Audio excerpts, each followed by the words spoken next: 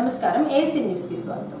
కోరిసపాడు పంగులూరు మండలాల మధ్య సుమారు 5 కిలోమీటర్ల విస్తీర్ణం మేర రన్వే నిర్మించగా గత ఏడాది రన్వేపై విమానాలు దిగేందుకు ట్రయల్ రన్ నిర్వహించగా విజయవంతం కావడంతో సోమవారం రన్వేపై యుద్ధ విమానాలు దించేందుకు ఎయిర్ ఫోర్స్ అధికారులు అంతా సిద్ధం చేశారు. ఉదయం 12 గంటల లోపు రన్వేపై యుద్ధ విమానాలు ల్యాండింగ్ కానున్నాయి.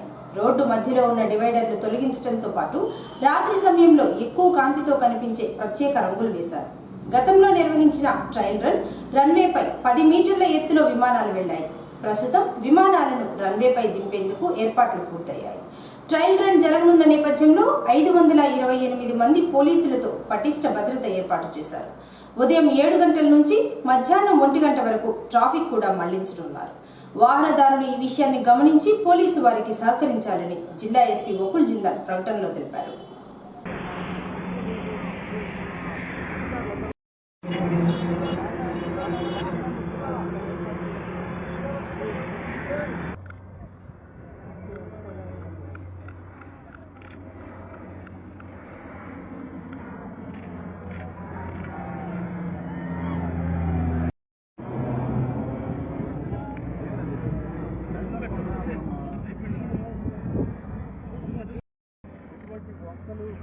గుంపులు లేవు కాబట్టి ఇక్కడే ఇస్తున్నామని కూడా అధికారులు చెప్తున్నారు. చాలా మంది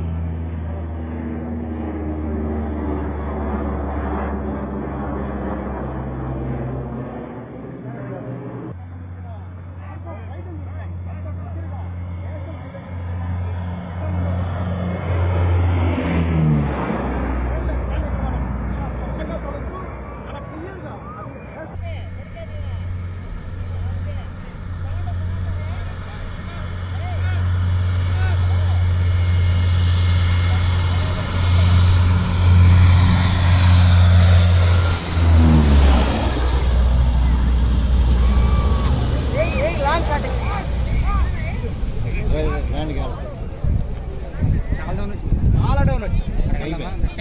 జూమ్ వేయాలి. ఇద్దరు అడికెళ్ళారు, 2 అటే వెళ్ళాం.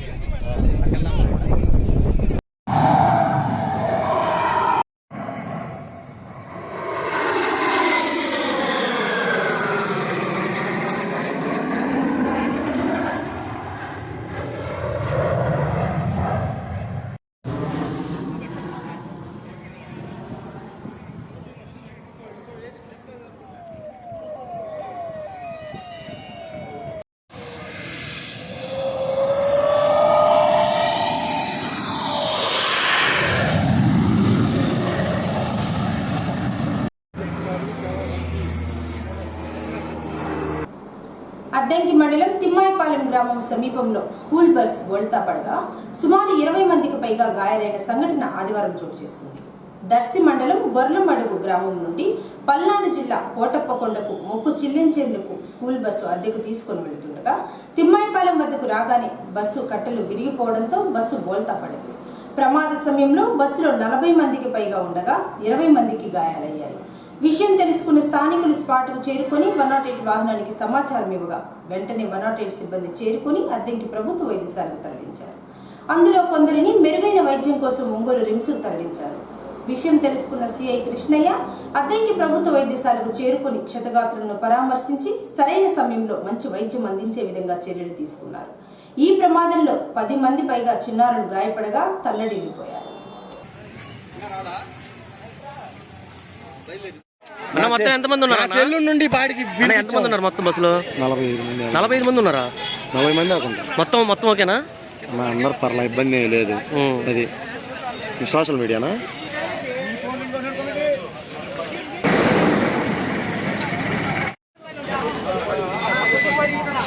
పెళ్లికి వస్తే కోటప్పకొండ వెళ్తున్నారంట. కోటప్పకొండ వెళ్తున్నారు.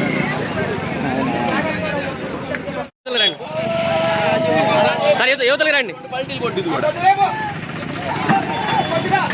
సార్ యువతలకి రండి. సార్ యువతలకి రండి.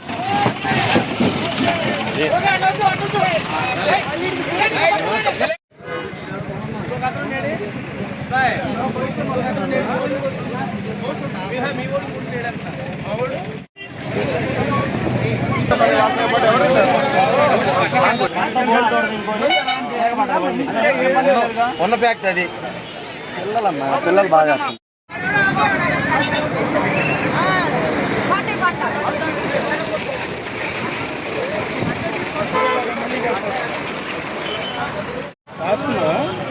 రాసుకోలేదా?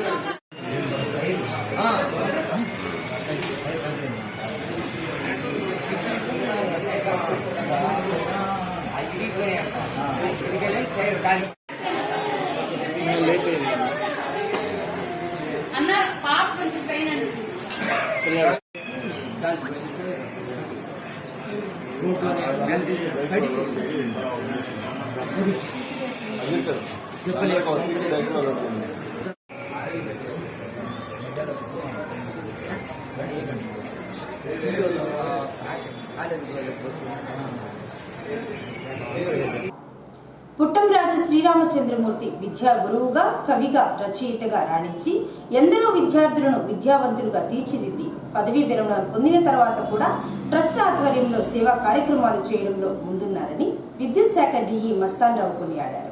పుట్టంరాజు శ్రీరామచంద్రమూర్తి రచించిన ప్రతిభామూర్తి ప్రకాశం పంతులు అనే పుస్తక ఆవిష్కరణ కార్యక్రమం ఆదివారం అద్దెంకి పట్టణంలోని మారంవారి సేవా సదన్ భవనంలో ఏర్పాటు చేయగా ముఖ్య అతిథిగా డిఈ మస్తాన్ రావు హాజరై గ్రంథాన్ని ఆవిష్కరణ చేసి తొలి గ్రంథాన్ని వీరవల్లి సుబ్బారావుకు సమర్పించారు. ఈ సందర్భంగా ఆయన మాట్లాడుతూ ప్రకాశం జీవిత చరిత్రలో అనేకమైన ఉజ్వల ఘట్టాలను మంత్రిగా, ముఖ్యమంత్రిగా చేసిన గొప్ప పనులను పుస్తకంలో వ్రాసారని, నేటి విద్యార్థులు ఆత్మవిశ్వాసం, ఆత్మస్థైర్యాన్ని పొందగలరని, అద్దెంకి నడి ఒడ్డున ప్రకాశం పంతులు పాదముద్రలు పడిన చోట ఈనాడు నిలువెత్తు ప్రకాశం కాంస్య విగ్రహం ప్రతిష్ఠించడానికి ప్రకాశం మిత్రమండలి కృషికి ఈ పుస్తకం అంకితమన్నారు. అనంతరం శ్రీరామచంద్రమూర్తి దంపతులను శాలువా కప్పి సత్కరించారు. సాహితీ మిత్రమండలి వారికి కూడా ప్రత్యేకమైనటువంటి అభినందనలు తెలియజేసుకుంటున్నాను. ముఖ్యంగా మరి ప్రకాశం పంతులు గారుని తలుచుకోవడానికి మరి ఇంతమంది అతిరథ మహారథుల మధ్య అవకాశం కల్పించినందుకు ఎప్పుడో దొరుకుతుంది ఇలాంటి అవకాశం. మాకు ఈరోజు నాడు మీరు అవకాశం కల్పించారండి. నిజంగా చాలా ధన్యులు మేము, చాలా సంతోషకరంగా భావిస్తున్నాం మేము. ఎందుకంటే మరి ఇలాంటి మహనీయుని మరి ఇప్పుడు దాకా మన సమీక్ష జరిపినటువంటి పండితులు చెప్పడం జరిగింది. మరి అలాంటి మహనీయుని కొంత టైం పాటు మీ మధ్య గడపడానికి అవకాశం కల్పించారు. దీనికి విద్యుత్ శాఖ తరఫున మేము రుణపడుంటాం. ఈ సందర్భంగా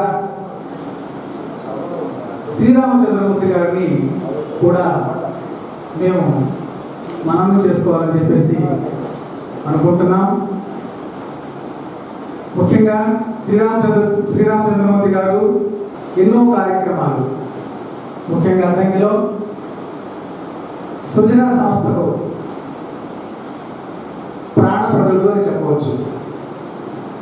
అలాగే రోటరీ సంస్థ ద్వారా కూడా ఎన్నో సేవలు అందించడం జరుగుతుంది, మేము చూస్తూనే ఉన్నాం. మరియు ఈ సందర్భంగా ఒక కవిగాను రచయితగాను మేము చూస్తూ గర్వపడుతున్నాం కూడా. నాకు 2004వ సంవత్సరం నుంచి వీరు సుపరిచితులు. 2004-2009 సంవత్సరాల మధ్య కాలంలో సుమారు 4 సంవత్సరాల పాటు ఇక్కడ నేను ఉద్యోగం చేసేటప్పుడు చూశాను, గమనించాను. వారి ఎన్నో కార్యక్రమాలు, ఎన్నో సేవా కార్యక్రమాలు చూస్తున్నాను. మరి ఆ సందర్భంలో కూడా మేము కొన్ని ప్రత్యేక కార్యక్రమాల్లో కలుసుకోవడం జరిగింది. వీరు వృత్తిరీత్యా అధ్యాపకులు అయినందువలన వీరు నిజంగా నేను ఆ రోజుల్లో గమనించాను, విన్నాను కూడా, చాలామంది ద్వారా విన్నాను. వృత్తిరీత్యా అధ్యాపకులుగా పిల్లలకి ఎంతో చక్కగా. ప్రకాశం గారు రెవెన్యూ మినిస్టర్గా ఉండగా చర్చ జరుగుతుంది. ప్రకాశం గారు చాలా స్వతంత్రంగా నిర్ణయాలు తీసుకునే మనిషి. ఆయన నిర్ణయం తీసుకున్నాడు. ఏమని నిర్ణయం తీసుకున్నాడంటే, దేశ స్వాతంత్ర్యం కోసం కృషి చేస్తున్నటువంటి యువకులకు ఉద్యోగం ఇవ్వాలని నిర్ణయం తీసుకున్నాడు. సడన్ గా ఈ అసెంబ్లీలో గబ్బోలు, వాళ్ళ అర్హతలు తెలియదు, వాళ్ళు ఏం చదువుకున్నారో తెలియదు, ఎట్టిస్తారని చెప్పి వీళ్ళంతా గోలకు బిగిన్ చేశారు. ప్రకాశం గారు లేచి ఒకటే మాట అన్నాడు, వాళ్ళకు ఉండవలసిన ఏకైక అర్హత దేశభక్తి, అది ముందు చేస్తున్న పోతే ఆయన ఒక జీవో పాస్ చేశాడు. ఏమిటా జీవో? ఆ రోజుల్లో నోటి మాటే జీవో అండి. ఆయన పాస్ చేసిన జీవో చాలా విచిత్రమైన జీవో. డిగ్రీ కన్నా పైన చదువుకున్న వాళ్ళకి తహసీల్దార్ ఉద్యోగం, డిగ్రీ కన్నా లోపల చదువుకున్న వాళ్ళకి క్లర్క్ ఉద్యోగం, ఇలా ఇచ్చి పడేశాడు. అలా ఇవ్వబడిన వాళ్ళల్లో మనకు బాగా తెలిసిన వ్యక్తి ముదివర్తి సత్యనారాయణ గారు. ఆయన తర్వాత మన జిల్లా అధికారిగా కూడా పనిచేశారు. తర్వాత కడప మామూలుగా మనకి మద్దిపాడు బాంబు కేసు అంటారు, తెలిసే ఉంటుంది. అంటే ఎవరి స్థాయిలో వాళ్ళు స్వాతంత్ర్యం కోసం పోరాడారండి. కలిసి కడియాల యానాదయ్య, ఈ ముదివర్తి సత్యనారాయణ గారు, రాజగోపాల్ అనుకుంటా, 4-5 కలిసి ఒక నాటు బాంబు తయారు చేసి అప్పుడున్న దొరల మీద వేయాలని వెళ్ళారు. అది కేసు. అలాంటి కేసులో ఇన్వాల్వ్ అయ్యాడు కాబట్టి దేశభక్తుడు కాబట్టి ఈయన ఉద్యోగం ఇచ్చాడు. ఇట్లా చాలా మందికి ఉద్యోగాలు ఇచ్చాడు. ప్రకాశం గారు అంటే అంతే, ఏం చేసినా సడన్ గా చేసేస్తాడు, మంచి పనే చేస్తాడు. కాబట్టి ఇందాక నారాయణ గారు చాలా మంచి మాట చెప్పాడు. ఈ ఫైళ్ళు పట్టుకొని ప్రకాశం బ్యారేజ్ కొట్టుకుపోయింది. అంతకు ముందు ఎప్పుడో కట్టారని కొట్టుకుపోయింది, తర్వాత కట్టింది ప్రకాశం బ్యారేజ్.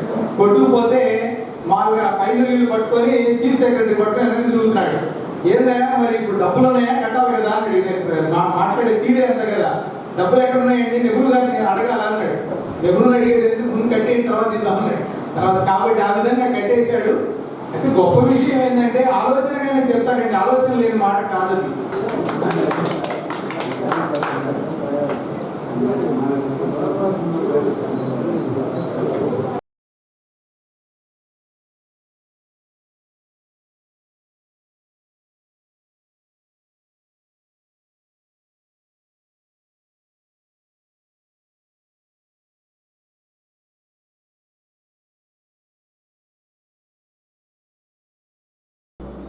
సోమవారం నుంచి 10వ తరగతి పబ్లిక్ పరీక్షలు జరగనున్న తరుణంలో మండల విద్యాశాఖ అధికారులు అంతా సిద్ధం చేశారు. అద్దంకి పట్టణంలో మొత్తం 6 పరీక్షా కేంద్రాలను ఏర్పాటు చేయగా 1098 మంది విద్యార్థులు హాజరు కానున్నారు. అద్దంకిలో ప్రభుత్వ బాలుర, ప్రభుత్వ బాలికల ఉన్నత పాఠశాలలు, కాకానిపాలెం జిల్లా పరిషత్ హైస్కూల్, జిల్లా పరిషత్ హైస్కూల్ తిమ్మాయిపాలెం, బెల్లెన్ బెనెట్, శ్రీ చైతన్య స్కూల్స్ ను పరీక్షా కేంద్రాలుగా కేటాయించారు. ఏర్పాట్లను ఆదివారం ఎంఈఓ గుదాటి సుధాకర్ పరిశీలించి ఎన్ని రూమ్స్ కేటాయించారో తెలుసుకున్నారు. ఈ సందర్భంగా ఆయన మాట్లాడుతూ సోమవారం నుంచి 10వ తరగతి పబ్లిక్ పరీక్షలు ప్రారంభం కానున్న నేపథ్యంలో అన్ని విధాలుగా ఏర్పాట్లు చేశారని, విద్యార్థులు 8:30 లోపు పరీక్షా కేంద్రాలకు రావాలని, 9:30 నుంచి 12 గంటల వరకు పరీక్ష జరుగుతాయని, పరీక్షా కేంద్రాల్లో విద్యార్థులు, ఉపాధ్యాయులు సెల్ ఫోన్లు, ఇతర ఎలక్ట్రానిక్ పరికరాలు తీసుకుని రాకూడదని ఎంఈఓ చెప్పారు. పరీక్షా కేంద్రాల వద్ద విద్యార్థుల కోసం అన్ని రకాల ఏర్పాట్లు చేయడం జరిగిందన్నారు. రేపటి నుంచి అనగా 18/3/2024 నుంచి 10th క్లాస్ ఎగ్జామ్స్ జరుగుతాయి. అద్దంకిలో మొత్తం ఎగ్జామ్స్ కూడా 30 తారీఖు వరకు ఉంటాయి. ఈ టైంలో మాత్రం విద్యార్థులు ఎవరు కూడా పాఠశాలకు హాజరు కాకూడదు. ఓడి పరీక్ష రాసేవారు మాత్రం హాజరు కావాలి. పరీక్షకు వచ్చేవాళ్ళు ప్యాడు, పెన్సిల్, పెన్ను, ఎరేజరు అన్నీ తీసుకొని రావాలి. అంతేకాని ఏది మన ఎలక్ట్రానిక్ సంబంధించిన ఏ వస్తువులు తీసుకురాకూడదు. అదేవిధంగా పరీక్షకి హాజరవుతూ ఉపాధ్యాయులు కూడా సెల్ ఫోన్లు మాత్రం పాఠశాలలోకి తీసుకురాకూడదు.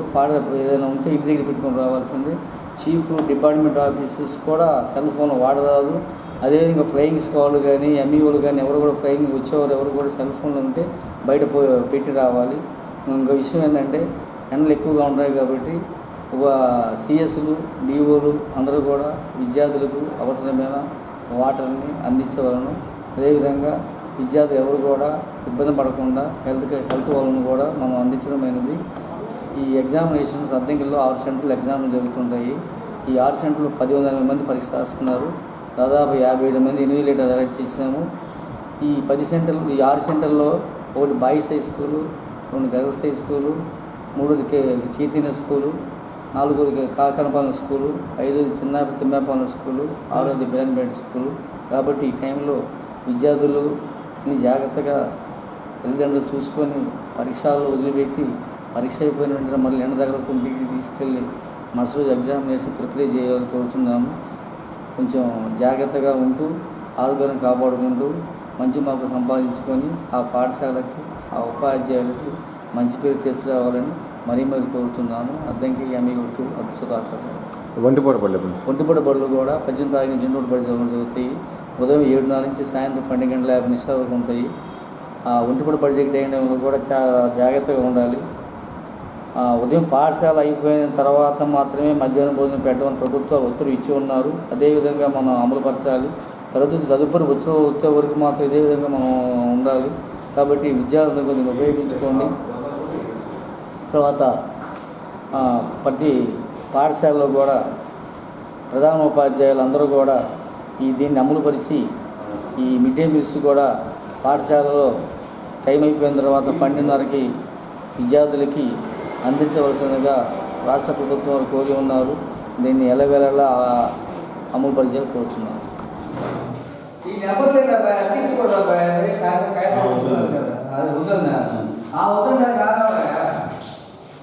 అది రుచి బాస్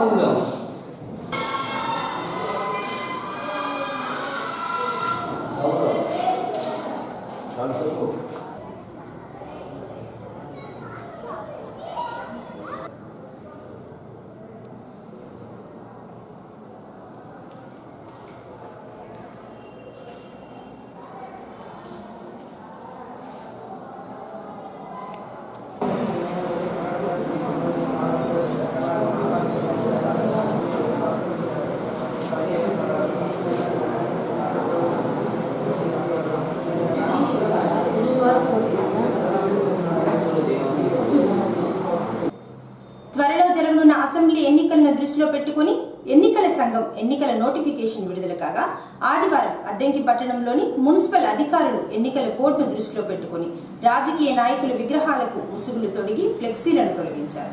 పట్టణంలో ప్రతి వీధిలో మున్సిపల్ సిబ్బంది పర్యటించి ఫ్లెక్సీలను తొలగించారు. ఎన్నికల కోడ్ నేపథ్యంలో ఎక్కడా ఎలాంటి ఫ్లెక్సీలను ఏర్పాటు చేయకూడదని, అలా చేస్తే చట్టపరమైన చర్యలు తీసుకుంటారని అధికారులు సూచించారు.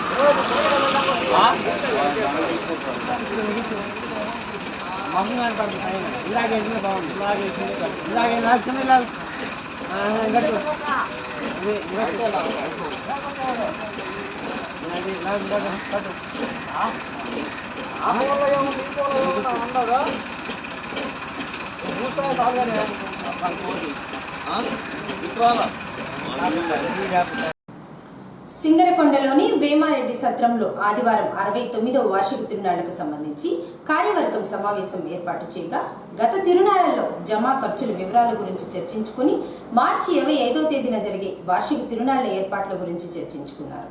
తిరునాళ్ల రోజున ఉదయం నుంచి సాయంత్రం వరకు నిత్య అన్నదానం చేసేందుకు తీర్మానం చేసుకున్నారు. అందరూ హాజరై జయప్రదం చేయాలన్నారు.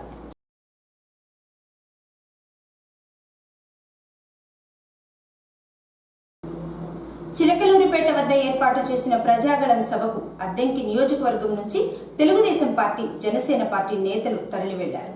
మార్పు మొదలైందంటూ ప్రత్యేక వాహనాలు ఏర్పాటు చేసుకుని మరి టీడీపీ, జేఎస్పీ పార్టీల నేతలు అధిక సంఖ్యలో వెళ్లారు. అద్దంకి శాసనసభ్యులు గొట్టిపాటి రవికుమార్ ఆదేశాల మేరకు ప్రజాగళం సభకు ప్రజలు తరలి వెళ్లారు. త్వరలో జరగనున్న ఎన్నికల్లో ఎన్డీఏ కూటమి అధికారంలోనికి రాబోతుందని, వైసీపీ పాలనలో అరాచకం తప్ప అభివృద్ధి అనేదేమీ లేదని తెలుగుదేశం పార్టీ నేతలు విమర్శించారు. చిలకలూరిపేట బొప్పుడు దగ్గర జరిగే తెలుగుదేశం పార్టీ, జనసేన, బీజేపీ పార్టీల సంయుక్త సభకి బల్లికురం మండలం నుండి భారీగా తరలి వెళ్తున్నారు.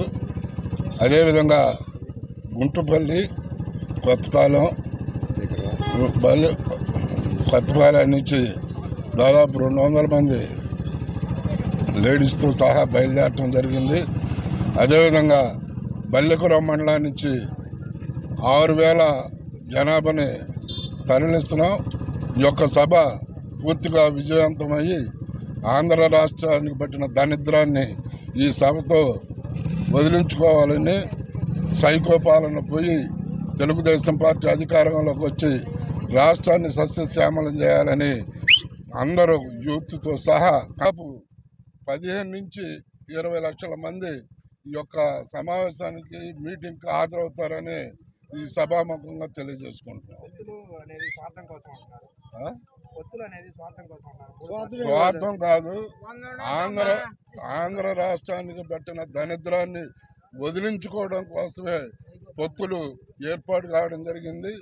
ఆ సందర్భంగానే మన పవన్ కళ్యాణ్ గారు సీట్లు సర్దుబాటు చేసుకొని ఎన్నో ఒడిదుడుకులుండా వాటిని అన్ని పక్కన పెట్టి రాష్ట్ర అభివృద్ధి కోసం, రాష్ట్ర సంక్షేమం కోసం ఎన్నో ఒడిదుడుకులు ఎదురైనా 24 సీట్లు కోర్చుకున్నా ఇంకా తగ్గించుకోవడానికైనా సిద్ధపడ్డాడు తప్ప వేరే రకం కాదు.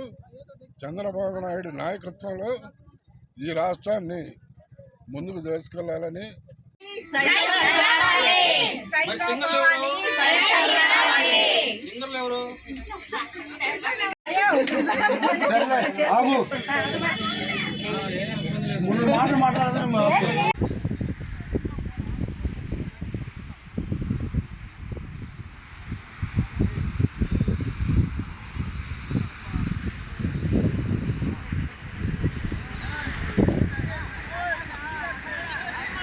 తీర్తనాలే స్లోగన్